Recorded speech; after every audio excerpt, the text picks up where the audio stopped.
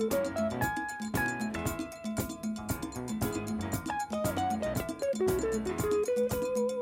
this is twofold in the sense that on the line from London, waiting for us to get to him, is Hasan Anyabwile, and he's a Maulana at a mosque in London.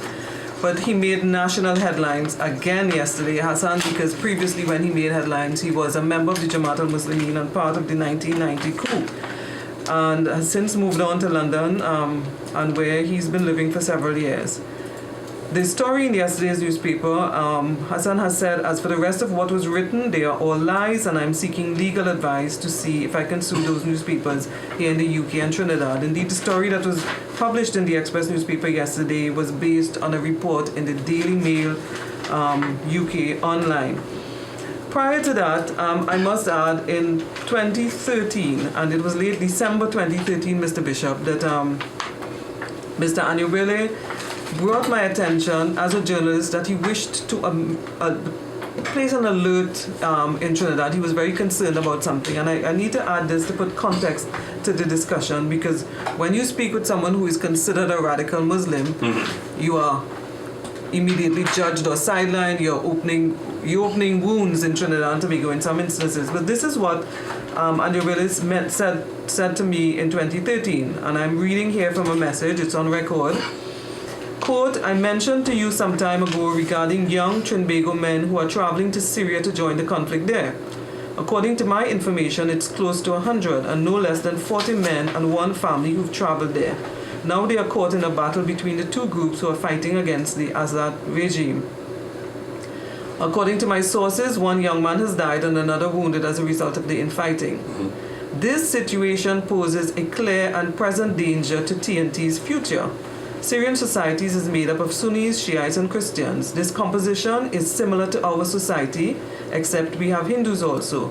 These men are fighting Sunnis who don't agree with them, Shiites and Christians who are locked in battle with them. This exposure to real urban warfare and bloodied when they returned with similar groups at whom they fought against present in our society a prescription for common conflict that will make this present crime wave child's play. And that's an ominous warning. Hasan Anyabwile, good morning. And first we ask you, I know that you need to get off your chest what you said were lies in the newspaper. Would you correct that? Yeah, good day, and peace to everybody. Peace to you too, brother. Yeah, so where do you want me to start, ma'am? Well, I would expect that you would want to get off your chest that you have been wronged by the reports in the newspaper, as I've seen on your post on Facebook. Yeah, it's very interesting because if I didn't know myself, I was wondering really who I was speaking about, you know, because firstly, I've never been in charge of any masjid. Up to now, I don't even give no sermons, I don't lead any prayer. I'm not in charge of any institution in Europe, in England specifically. What I do, I help with the kids, Arabic language, Islamic studies. I do counseling, marriages, divorces, and things of that nature, you know. So it just fit the high sensitive, anti-Islamic atmosphere right now in the in Europe. Unfortunately, there are somebody using my history against me. It is not. So, and it fits the narrative, you know. So, and I would like to say that I was not involved in any rivalry with his brother. I used to attend his classes as a student, so I don't know where that came from, you know. So. But this puts you under a microscope in London where you are now, doesn't it? It does, because I did not enter London hiding under the skirt of the Queen.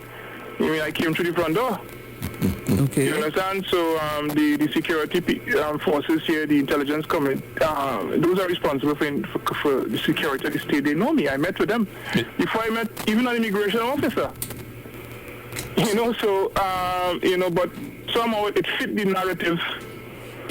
You know, we are not sure exactly what this ex-imam was involved in. We don't know. And what is interesting is, look, let me give you all a background. This masjid I attend here, Masjid al-Nur, is the only independent masjid in Britain. It is not under any government control. All of the masjids are under government control. Okay? And what makes it more controversial, it is led by Afro-Caribbean people by black men.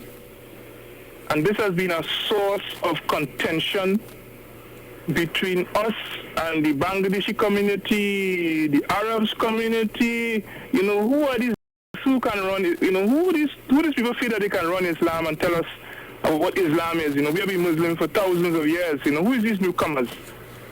You know, so this is the backdrop of all of these things, and they are just feeding the media all these negative images, you know, so the fact that I guess it comes with the territory. The fact that it's been reproduced here, the report that we're talking about, tell me if there's any part of this inaccurate. It says you were one-time second in command of the Jamaat here, and you sought asylum in London, granted, and that then would make sense. That would be consistent with what you're saying. You did not sneak in. They knew everything about you before you got there. No, sir. I did not sneak in here. When I came here, they brought the biggest fallacies, the biggest Bible I've ever seen in my life. You know, and we talk, you know, and they said that, you know, are you coming here to make any trouble? I said, look, I ain't coming to make any trouble. If I have to fight, I'll leave here. Okay, and I made it plain to say that, well, you know, sign that we haven't threatened you, we haven't been hostile to you, we haven't done you anything, and that you'll abide by the agreement. It's an agreement, and I live by that.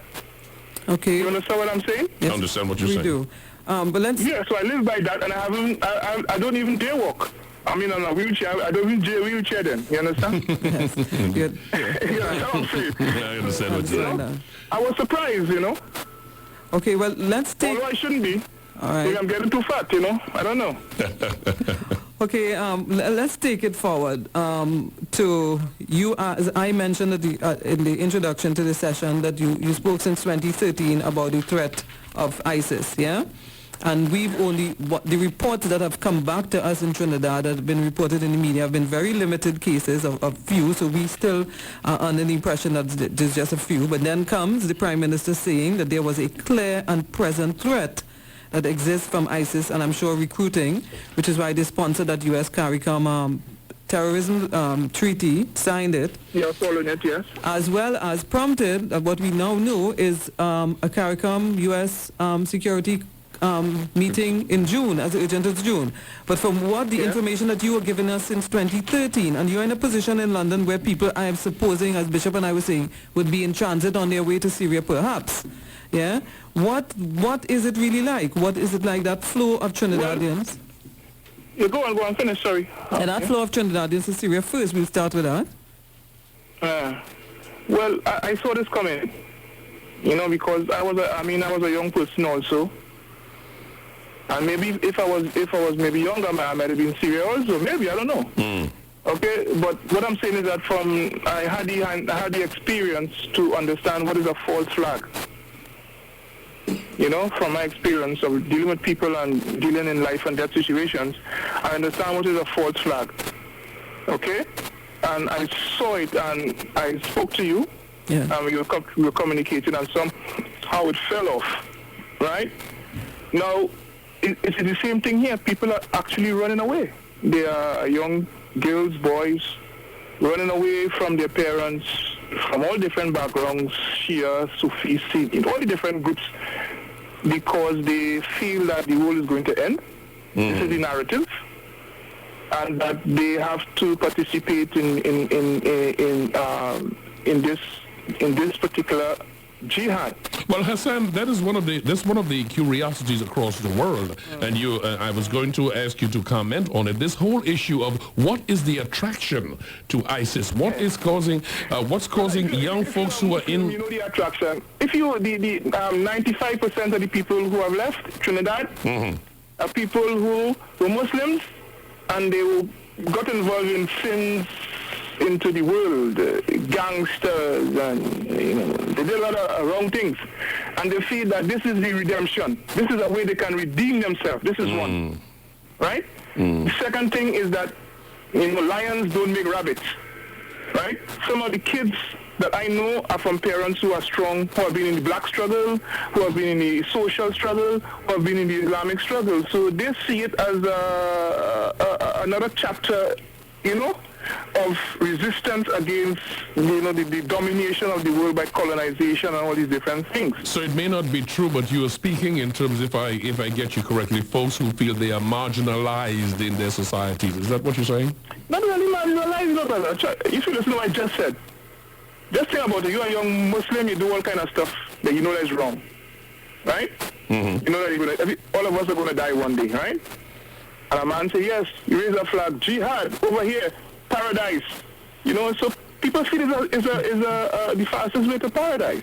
I mean, people actually believe that. You understand what I'm saying? They actually believe that this is their redemption. This is the way to redeem themselves of being a bad Muslim. Okay, Hasan. You see, so you can only understand it if you understand the psychology of a Muslim. Because we are not scared to die. We know we're going to die, but we are studying what comes after death, hellfire and all these different things. So a young guy will say, you see me, I'm going to redeem myself. I give my life for all kind of nonsense, but I give my life for something in quote-unquote better. Now, our guest on the line is London-based Trinidad. Guest Hasan Anyabwile. Anyabwile, thank you very much. And we are talking about the ISIS, the export of false nationals from Trinidad into the embrace of ISIS. Hasan, why in 2013? Sorry, are you hearing us? Yeah, go on in. Okay, I'm going back to 2013, and when we spoke, and you said more than 100, and that included an entire family. How could these people could have left undetected? One, how many do you know could have returned? Two, and the other thing is, has that number increased from your knowledge, from what you're saying? Has that number increased since 2013? Yeah. Okay, since 2013 that increased. In fact, whole families are going. Actually, people are taking their kids, okay, and carrying them into a battlefield. People have taken their kids, the kids have killed themselves. Some kids have killed themselves accidentally by being shot, gunshots. Some kids have walked on mines, right? I don't know what kind of Islam is that. Where in the Prophet's praxis that you carry people into a war zone? People who are soldiers know that when there's bombing and there's wars, either you go underground or you leave the place. Mm-hmm. But people are going into this war zone. In fact, the Trinidadian section in ISIS have declared me a non-Muslim. Because you're speaking out against it. Yes, they have declared me a non-Muslim, which means that they can kill me if they see me. And so I tell them they have to line up. A lot of people want to kill me, so they have to take a card and a line and make a line, right? So what's happening now is that, and I got that from Syria. I'm in contact with somebody from Syria right now, right? So what I'm saying, and the picture he's painting, he said he realizes not what he expected. Okay, and what's the return rate like? What do you know of the return rate to the Caribbean? I asked him that. He says that before it was easier to leave, and it was much easier for women and children to leave, but not now. It's difficult for men to leave. Okay, because it is considered desertion of the battlefield, which is punishable by law in any army. Okay, but what I am hearing is that. So I said, well, what is the condition of the people who are there? He said they don't intend to come back. They want to remain, right? But I told him that the coalition of the Shias, the Kurds, the Yazidis, and all the people that have been affected, they are going to come down with an anvil, with a hammer, and I'll be very sorry for our people who are caught in that, or especially the women and the children. Okay, this is my very concern. The men can go there and die if they want, as far as I'm concerned. The area of the women is something I wanted to inquire of you, Hasan. The percentage of women being involved in this as far as going to Syria, has that increased, and by what percentage to the best of your knowledge? Well, I mean, there's more women from Europe than Trinidad. The people are leave from Trinidad leave as families, wives of husbands. Okay? But especially from Europe, man. I mean, young girls, Somali girls from 15, 14, the other day, they are about 17, the 3 girls left, and they're expecting more. Every day they catch them and they're bringing them back. And they're giving them 27 years, 6 years, 7 years, 2 years. It depends, right? But that will not solve the situation in Europe nor in Trinidad. Okay, what we're getting here as well, and it was obvious even before our acting President of the Republic, Razia Ahmad, made mention of it yesterday on a public platform. She spoke to the Muslim leaders in Trinidad and Tobago. There is a void, obviously, a generational void. Is it a void in terms of why have they not inspired? Why can't they not inspire their congregation to be different, to stay, to not go? Why are they leaving in droves? It's a failure of the leadership in Europe and in Trinidad. Okay, the leadership have failed. My generation as leaders, they have failed. I know they'll be mad at me for saying this, but they have failed. They have not provided a proper situation for the kids to practice Islam within the environment that they find themselves. They have not empowered the young people. Okay, so and they stifle the leadership. You know, they refuse to include young people in the leadership. You know, it's like a kind of old boys kind of, you know what I mean? You know, and all of these are problems. Okay, so you're young and you're energetic, you know young people. Okay? They will find things to do.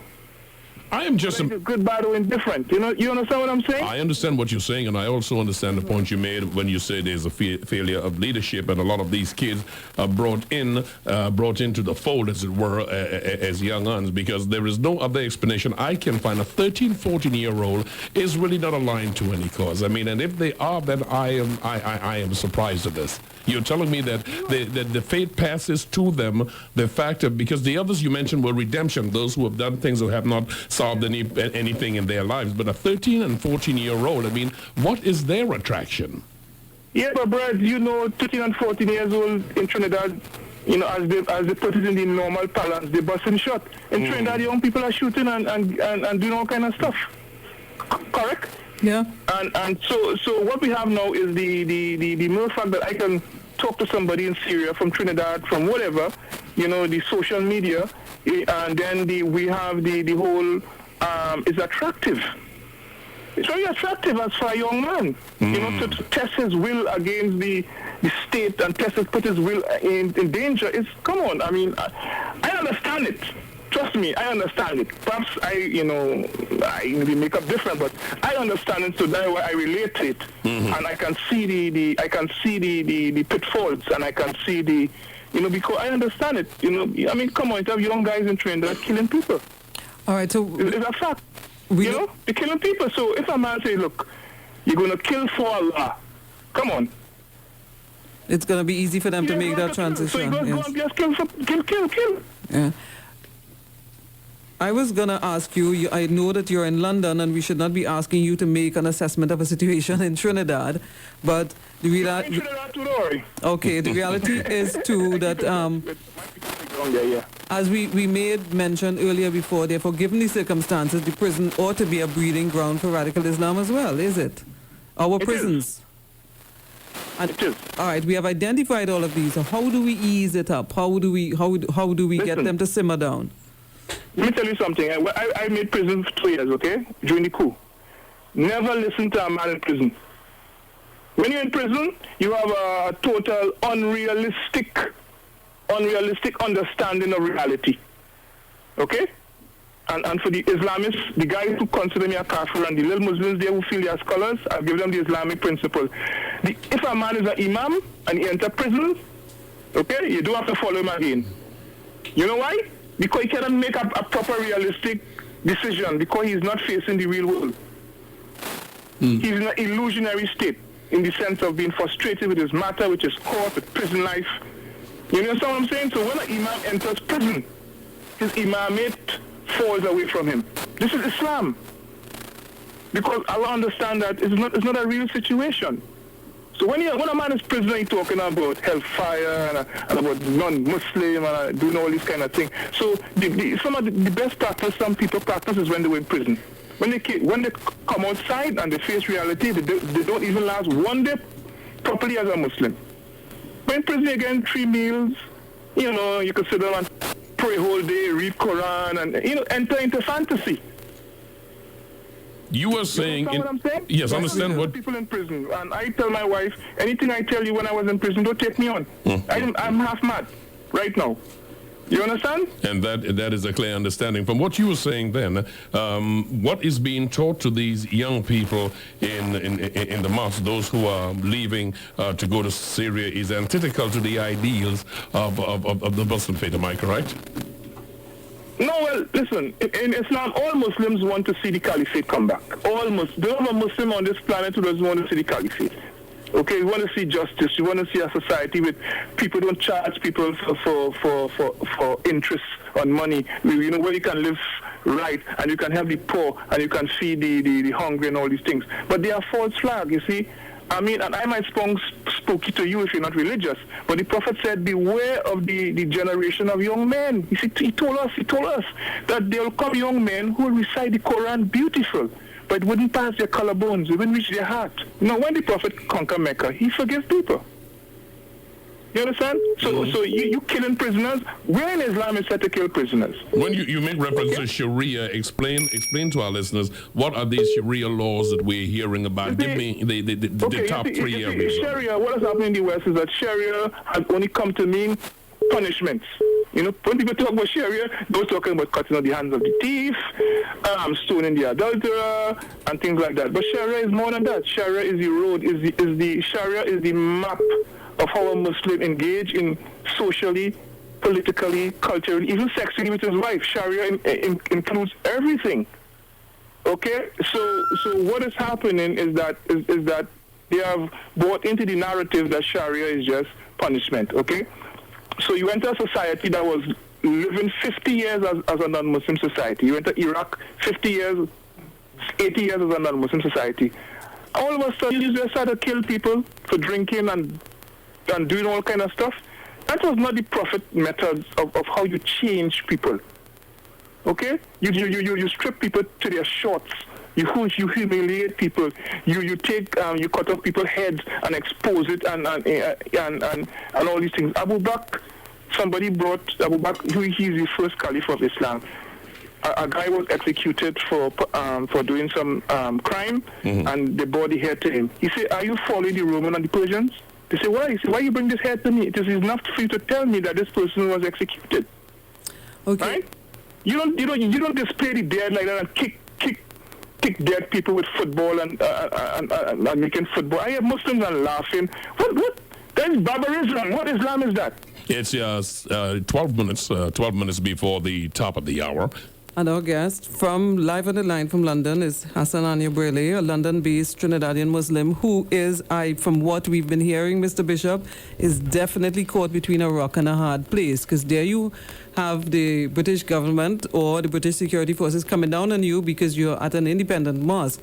And then you're getting hit live from Syria because you're clearly speaking out against what we are seeing with ISIS. There's also the area that you mentioned that all of these outlets are in fact controlled by the British government. That was enlightening to me.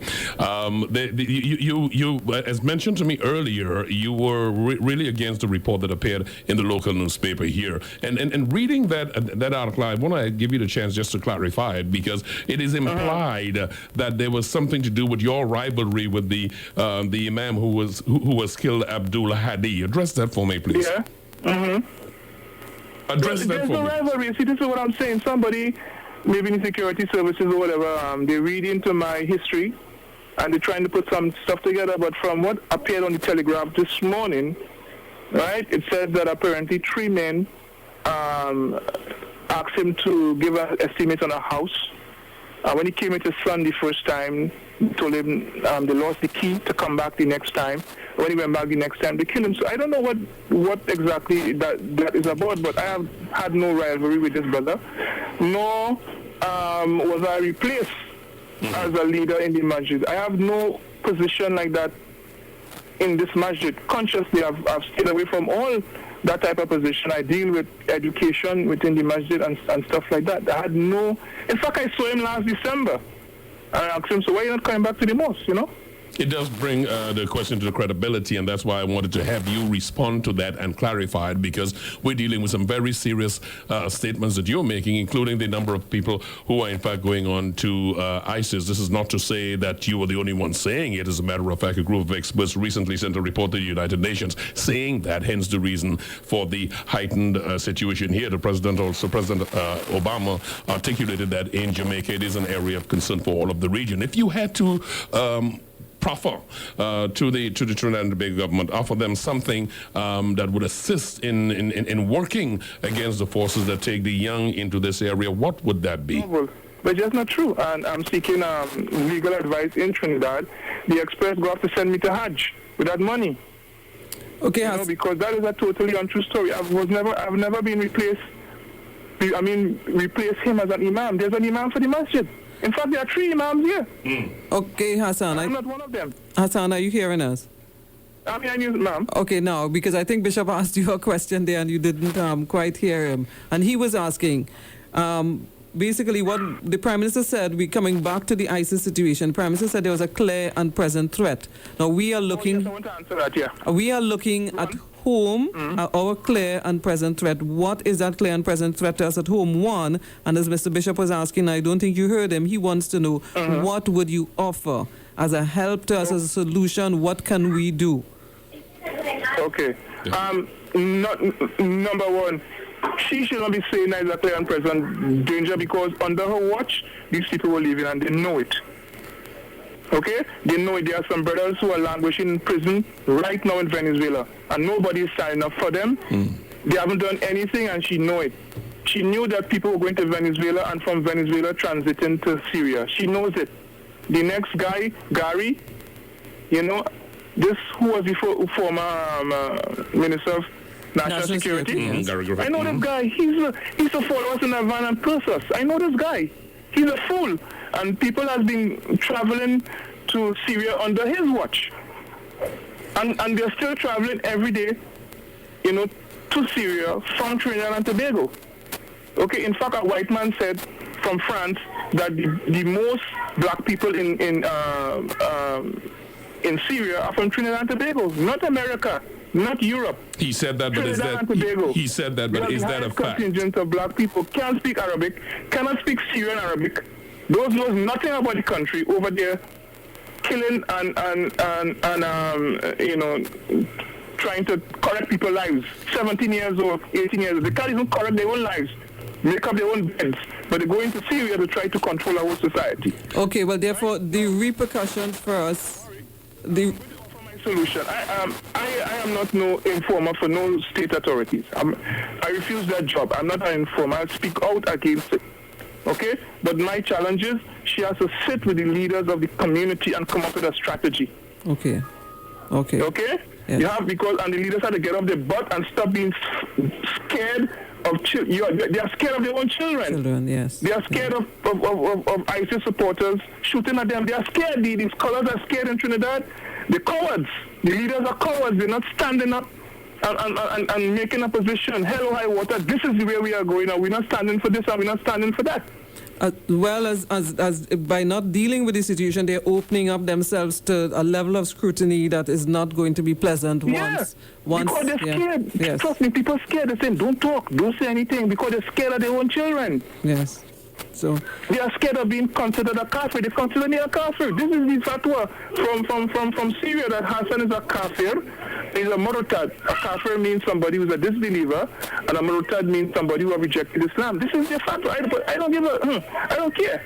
Okay. Well, I was just concerned about the statement of who said what, because if I'm looking at the report of the experts, they said that a high number of foreigners are coming from Tunisia, Morocco, France, Russia. They also, a number of them coming from African countries, Finland and Trinidad and Tobago. So I mean, there are many countries that could have provided people of color to go against. Maybe because of the Ebola, they don't want no Africans in the Islamic State. Trust me, Caribbean. Take it from me, Caribbean. Well, a lot of the black people is Caribbean people. We don't have a lot of blacks coming from the African. There's a lot of the phenomena in Europe is mostly Arabs from North Africa or Middle East. and Asians from the subcontinent background. Okay, and 1 or 2 white men from Africa and things like that. But there's no whole-scale black, even from America, there's no whole-scale black support for ISIS. Hasan Anyabwile, speaking with us from London, thank you very much. Thank you very much for speaking with us and being our guest this morning on 107.7 Brunch. We have from you an open perspective on the threat created by literally our export of fighters to ISIS, whether wittingly or unwittingly. And it's a matter that we bring to our public's attention today based on the concerns expressed as well, that you expressed, by our acting president, Razia Ahmed. Mr. Bishop. I thank you very much, sir, for joining us. You have yourself a good weekend, and we hope to speak with you again soon. Thank you, sir. This is Brunch on 107.7 Music for Life.